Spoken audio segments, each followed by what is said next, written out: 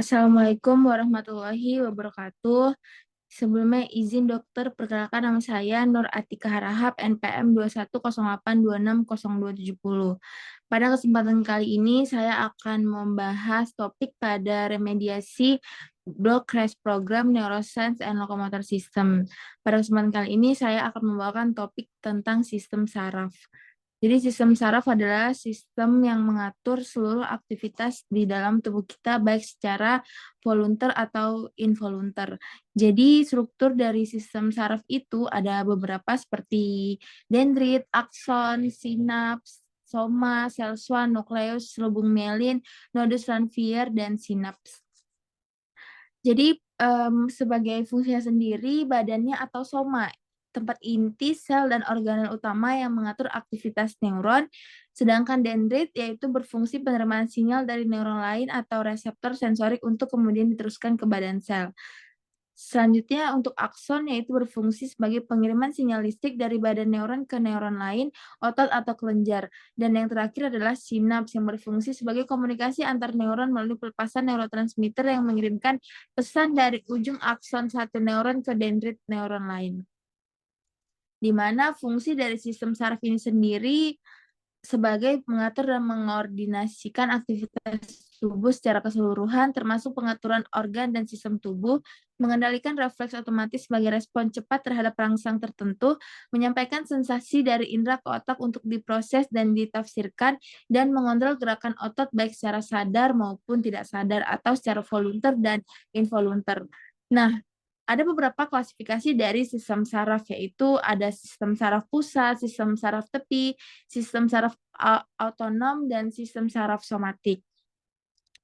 Di mana secara garis besarnya itu sistem saraf itu terbagi kepada dua, yaitu sistem saraf pusat dan sistem saraf tepi.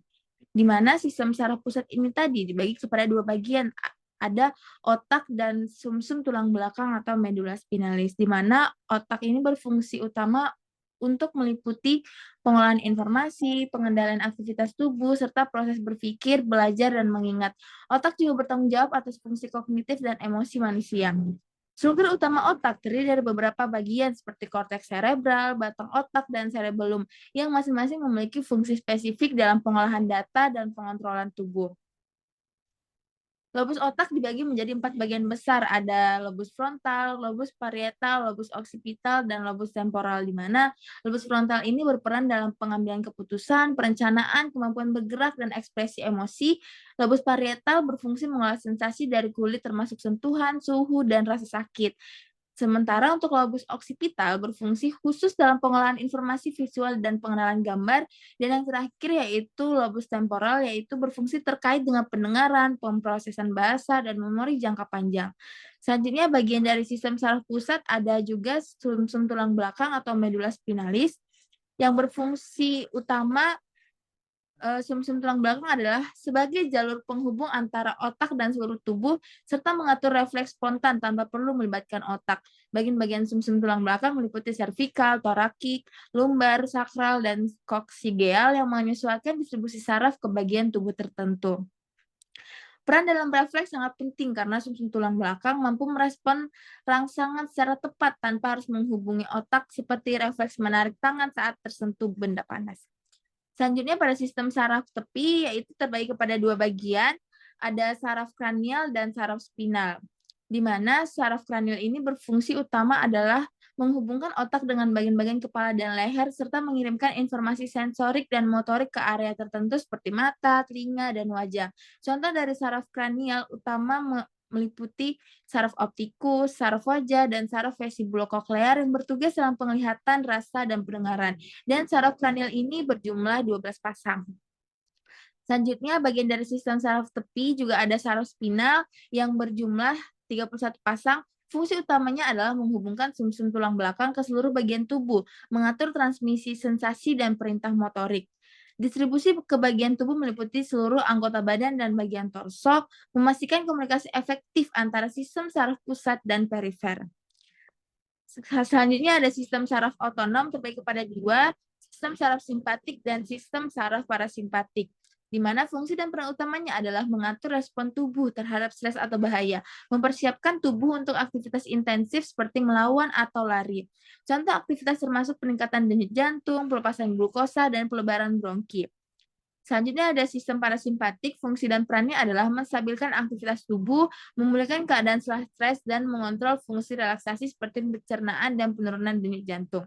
Contoh aktivitasnya meliputi peningkatan aktivitas saluran pencernaan dan penurunan denyut jantung saat tubuh dalam keadaan rileks.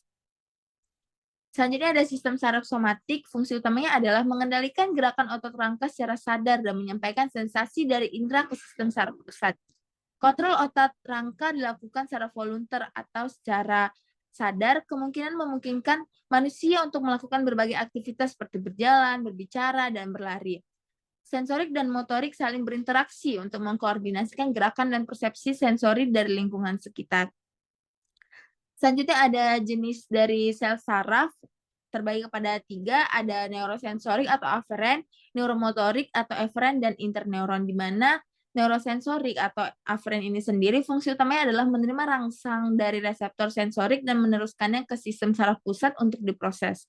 Contohnya termasuk neuron yang mengirimkan saraf dari kulit, mata, dan telinga ke otak. Sementara itu, untuk neuromotorik atau eferen ini tadi, fungsi utamanya adalah mengirimkan perintah dari sistem saraf pusat ke otot atau kelenjar untuk melakukan respons tertentu.